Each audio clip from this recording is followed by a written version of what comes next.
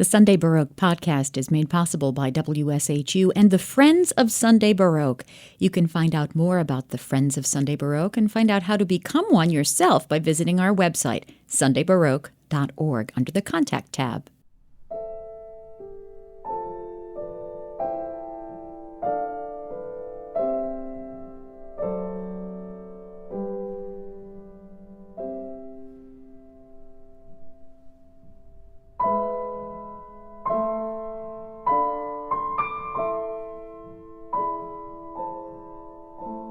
Grammy-winning American composer Richard Danielpour is a professor of music at the Herb Alpert School of Music at UCLA, and he's on the faculty of the Curtis Institute of Music.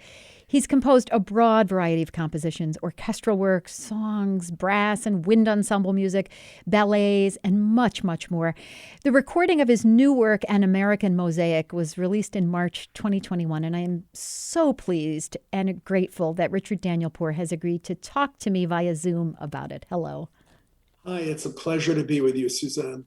So, let's go back to the beginning. Early in 2020, at the beginning of the pandemic, you were confronting and processing your own particular circumstances, your health, emotional state. We were all going through that, right? And you were listening to pianist Simone Dinnerstein's recordings of music by Johann Sebastian Bach for comfort and solace. So, what led you there? What was your frame of mind at that point? Well, I didn't, it sort of coming to Simone's Bach was a kind of desperate move. I had, in the very beginning of April, I had been told by my pulmonologist that because of my asthma, my chances of surviving COVID, were I to contract the virus, were about 30%. Wow. And this was cause for a great deal of anxiety. He told me as of March 31st, he said, "You're grounded for the next 45 days. I don't want you going out for anything. If you need something, have somebody get it for you and bring it to you." And during that time, I did not sleep. I would go to sleep for 3 hours and wake up at 2 a.m.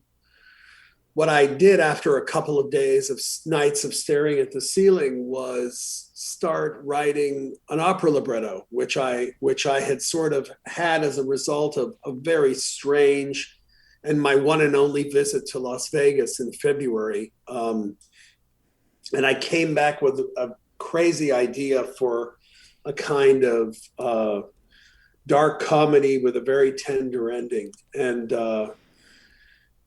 I thought to myself, you can get busy living or get busy dying. And I decided just I thought if I'm going to be up, I might as well just be creative. And I wrote the opera libretto in 6 weeks between the hours of 2 a.m. and 5 a.m. The name of the opera is the Grand Hotel Tartarus. I'm actually working right now on the opera, which I've got about 13 minutes of it. And I'll be working on this for the next couple of years. Mm-hmm. But as I was trying to get myself back to sleep after, let's say by 5 a.m., I was just thoroughly exhausted. And, I tried melatonin and I tried all kinds of sleep remedies and nothing was doing the trick. And finally, I remembered that just before the pandemic started to rear its ugly head, I found a recording, a CD recording. I still am one of those guys who likes to have the thing in his hand, of the 2 and 3 part inventions that Simone Dinnerstein had released years ago with Sony. And I had it in my car. And I just thought that it was the most magnificent recording I'd ever heard of those inventions. And so I thought, let's see if she has anything else on Spotify. And I realized she had a recording of the Goldberg Variations, which I later found out had been her breakthrough work. I also it was not lost on me. I was also aware that the Goldbergs were originally written for an insomniac. Yeah. So I started playing them on my iPad, and I would find myself going into this relaxed alpha state, and I would fall asleep into one of the variations. And this went on for about a month, at which point I'm finished with my opera libretto, and I've got this idea in the meantime that I've been thinking about for this grand hour-long piece for solo piano that I wanted to write to honor the heroes of this crisis. And I figured, I thought for a moment, I thought maybe this would be something for Yo-Yo. And then I thought, no, he's going to be putting the Bach suites on YouTube. I know him. And that's exactly what he did. And so I thought, the piano is my instrument. It has always been my best friend. And I'll do this for piano, So anyway, what happened was toward the end of May, I just, was so grateful for Simone's recordings and the fact that she'd kept me out of the hospital, that I decided to call the director of the Oregon Bach Festival to see if I could get her email. I remembered that Simone had been at OBF the day after the premiere of The Passion of Yeshua. So we literally missed each other by a day. The day I was leaving was the day she was arriving. But I remembered she was there right after me in July of 18. And so I called the director of Oregon Bach, Michael Anderson, and I said, can you please get me the email of this amazing woman? I told him what had happened and how she had basically saved me. And he said, of course I can get you her email. She knows who you are, and I'm sure she won't mind, but let me just give her a call today and make sure. And the conversation moved on to other areas. And at one point he said, so what are you working on? And I said, well, I've just finished this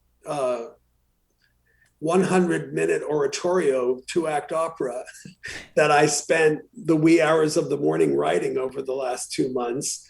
But I've got this interesting idea to write a piece that pays tribute to the heroes of the pandemic. And I want to have these consolations, which are the equivalent of metaphorical angels who come to visit the suffering and give them comfort. Wow. I just have to find, and I want to do this in December on a live stream, but I because I know we're going to be at our lowest point then, but I just have to find the right pianist. And there was a silence on the other end of the phone, and he almost barely above a whisper said, what about Simone? And I had, at that moment, I hadn't even considered her. She was, to me, this goddess from Brooklyn who'd saved my hind parts, and I just, had never even considered the possibility. But the moment he mentioned her, I thought, oh, this is exactly right. Mm-hmm. And so I wrote her a fan letter, which she responded to immediately. And we set up a FaceTime conversation. And in my letter, I said, P.S., I've got something that might interest you, a project that might interest you. And we talked about it. And she had confessed to me that she had been very sort of away from the piano, and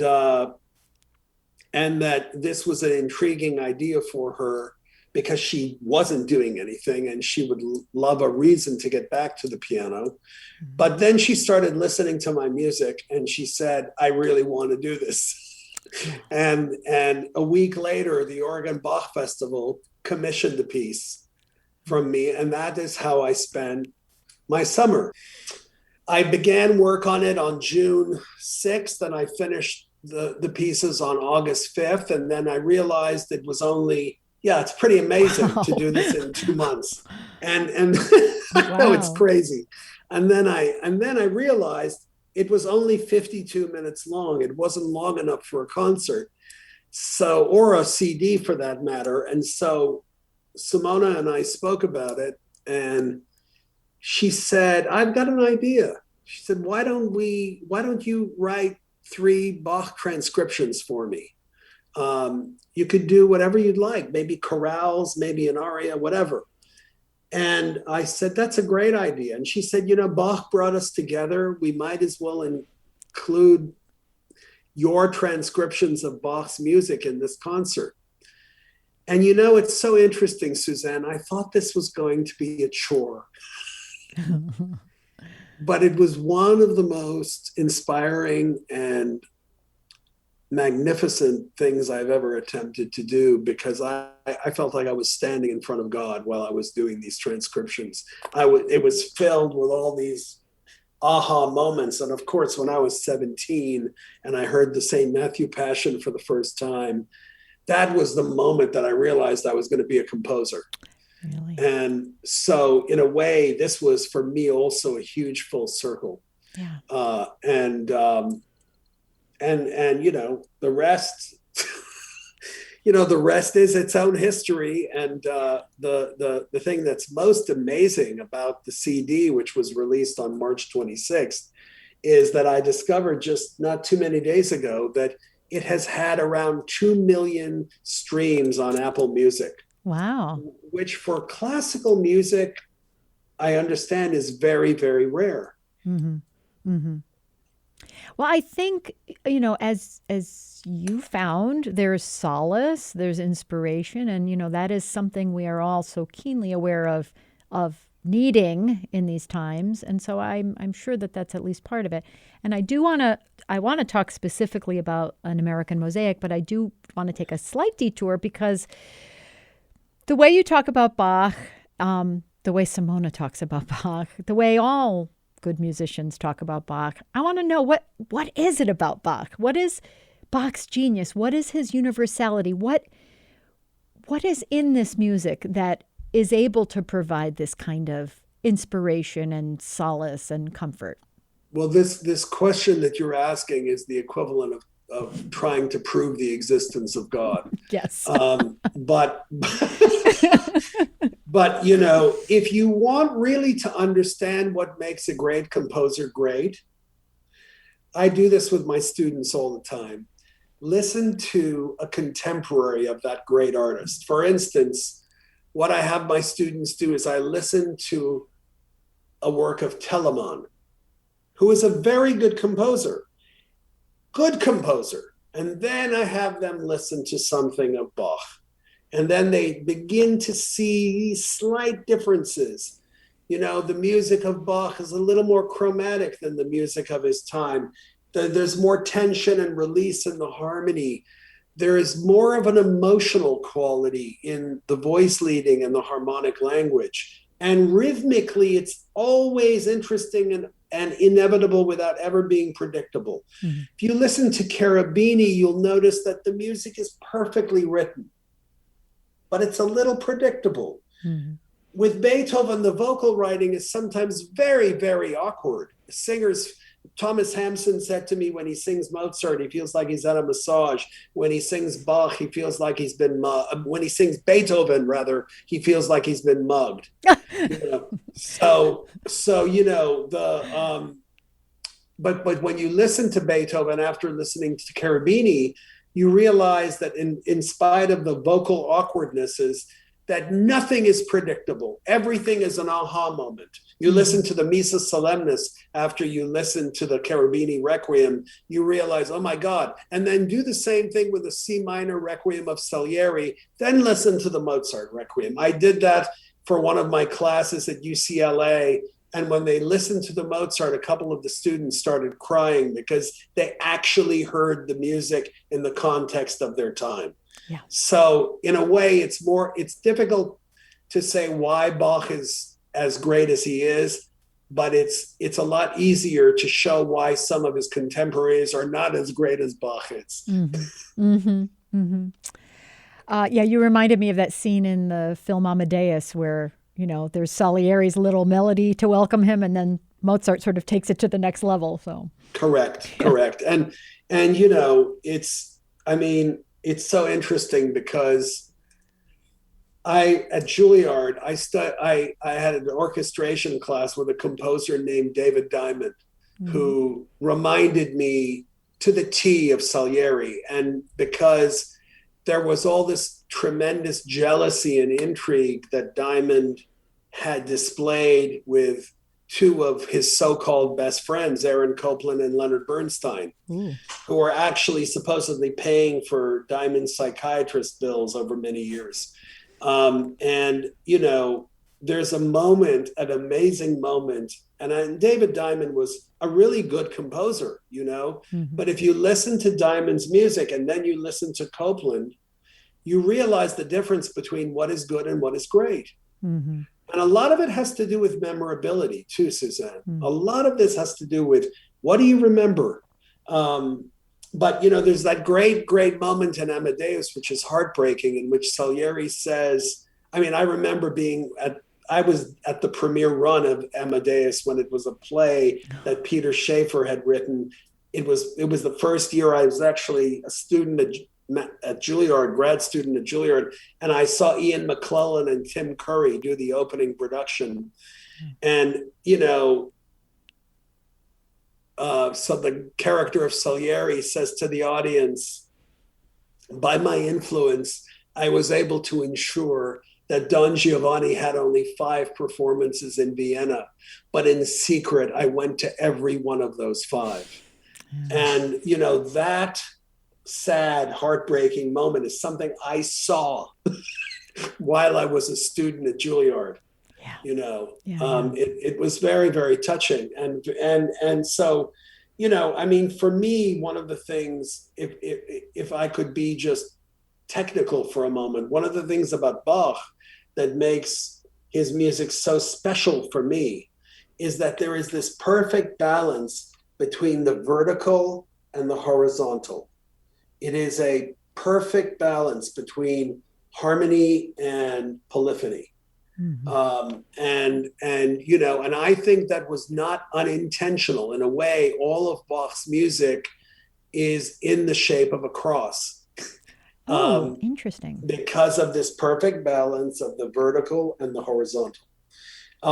There's also, you know, there are also a number of things that if you really take the time to really, really dig in, you will find amazing things that most people don't know about Bach's music.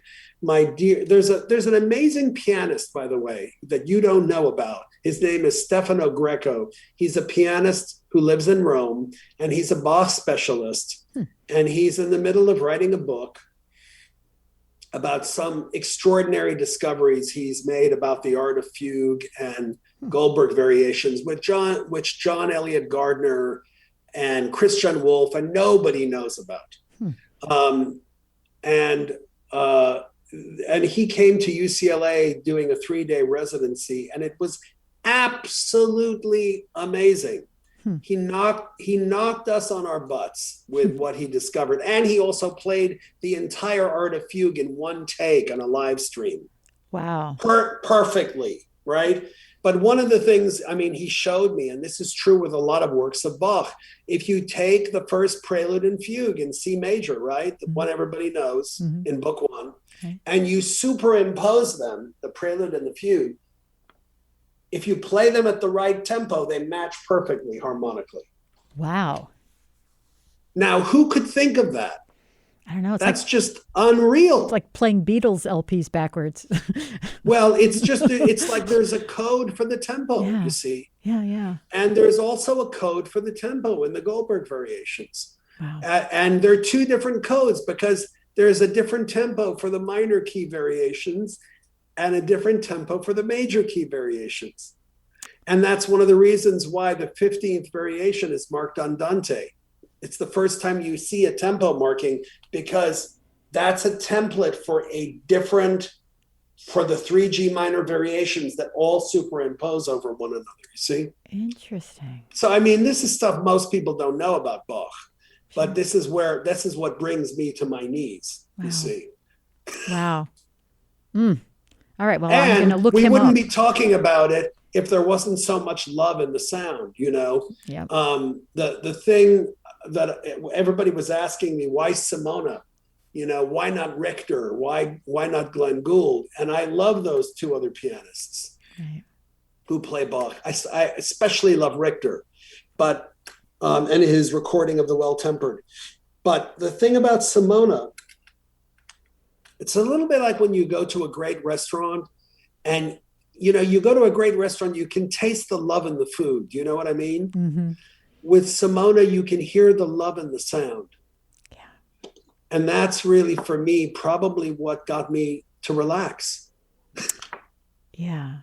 And for her too, as a player and as a person, I think she's got a certain humility about her. I mean, it's really all about the music for It her. is all about the music, and there's a nurturing quality Mm-hmm. in the way she approaches music. And also, one of the things I love about her approach to music is that she prefers not to analyze. She's the opposite of Charles Rosen, you see. Mm-hmm. She prefers not to find a reason for everything, but rather than to let the reasons remain unspoken, because it's sort of why, in Orthodox Jewish communities, the name of God cannot be mentioned, because the moment you mention the name of God, you objectify God and then lose the sense of presence, of something eternal. Mm-hmm. And in that same way, she is reluctant to try to analyze why that low trill in the Schubert B flat is there. What is it doing there? Mm-hmm. She just accepts that it's there, and she makes it sing, and she makes it speak for us. Yeah. Yeah. Well, and she's also brought to life your 15 piano miniatures quite spectacularly and poignantly. So let's talk about an American Mosaic. 15 piano miniatures, and each of them quite unique, quite contrasting. Some are tender and plaintive, and some are really extroverted and bold. And it is certainly your unique musical language. We talked about this, but there are also the great composers of Rachmaninoff and Bernstein and Bach. By the way, I don't like Rachmaninoff. So I'm not really a fan of Rachmaninoff. Okay. I try it. And even though, but the difference between an amateur and a professional is that professionals know what they don't like. Okay. There was a very famous story about George Zell and Peter Menon, who was the former president of Juilliard. And they used to go out to dinner with their wives, and they would play this name that tune game, and the person who lost would have to buy dinner for everybody else. And Zell would always win, and Menon would always lose. And Menon thought, I had to find a way to stump him, because, this is costing me a lot of money going out to dinner all the time. So he thought, Zell, I know he can't stand Bruckner, so I'll find an excerpt from a Bruckner symphony. And so he plays it when they get together before dinner. And Zell said, that's dirty. That's playing dirty. Just because I don't like Bruckner, it doesn't mean I don't know it. Oh. Anyway, it's a digression. But so let's talk about, though, the individual various titles and caretakers and research physicians, teachers and students, documentary filmmakers and photographers, the invisible enemy. Boy, isn't that profound? So how did you go about crafting the character of the music for each of these groups? I don't really know how this works, Suzanne. If I did, I'd probably start an agency and manufacture great composers. I don't understand how it really works, but what I can tell you is that as I got older, I changed my way of approaching composition and writing music. When I was in my 20s and 30s, music was an act of will in which I felt I had to literally grind it out. It was like going to war, and it was a war I had to win at all costs. And by the time I was in my mid-30s, I started to realize, if I keep it up this way, I'll be dead by the time I'm 50, because this is too exhausting. So I started thinking about another way. I thought to myself, there must be another way, and I'm determined to find it. And I started thinking about those old Jewish prophets who would sort of sit and wait, until the truth would come to them, and they would write it down. Speak, Lord, your servant is listening. Mm-hmm. And I started thinking about the possibility of what if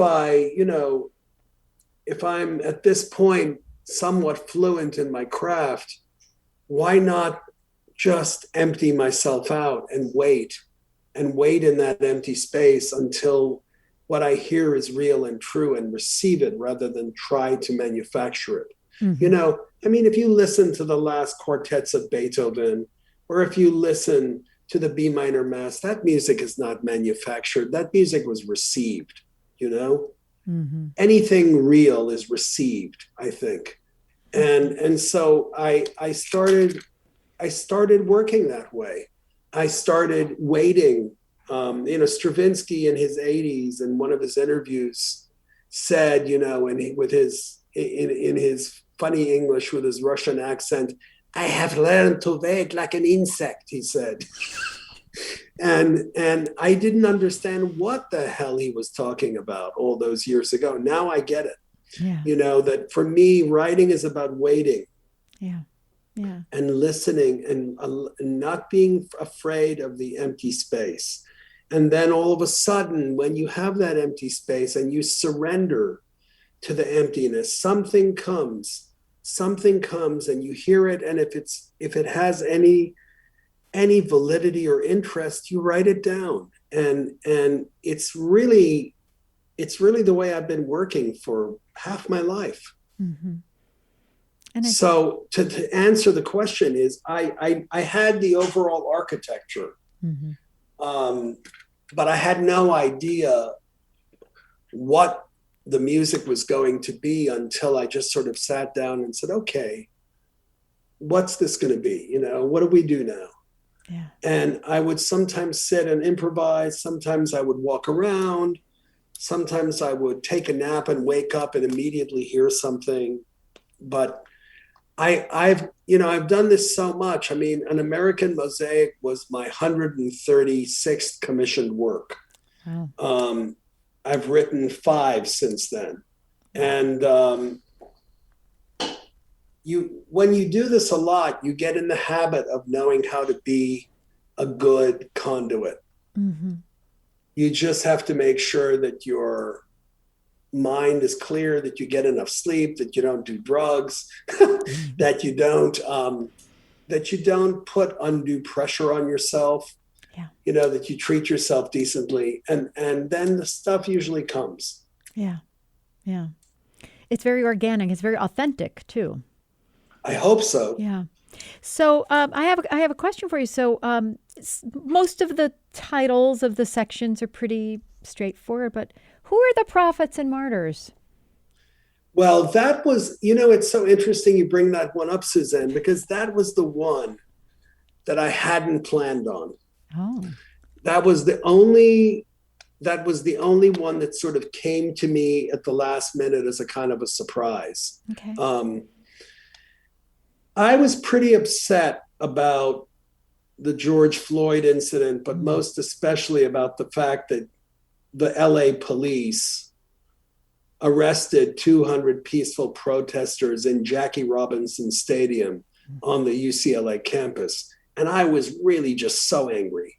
And I actually talked about it with my colleagues. And I wrote a letter. I was interviewed about it when I was really just furious. Mm-hmm. And I thought, there needs to be some mention of Black lives lost during the pandemic. And that's what Prophets and Martyrs is. Mm.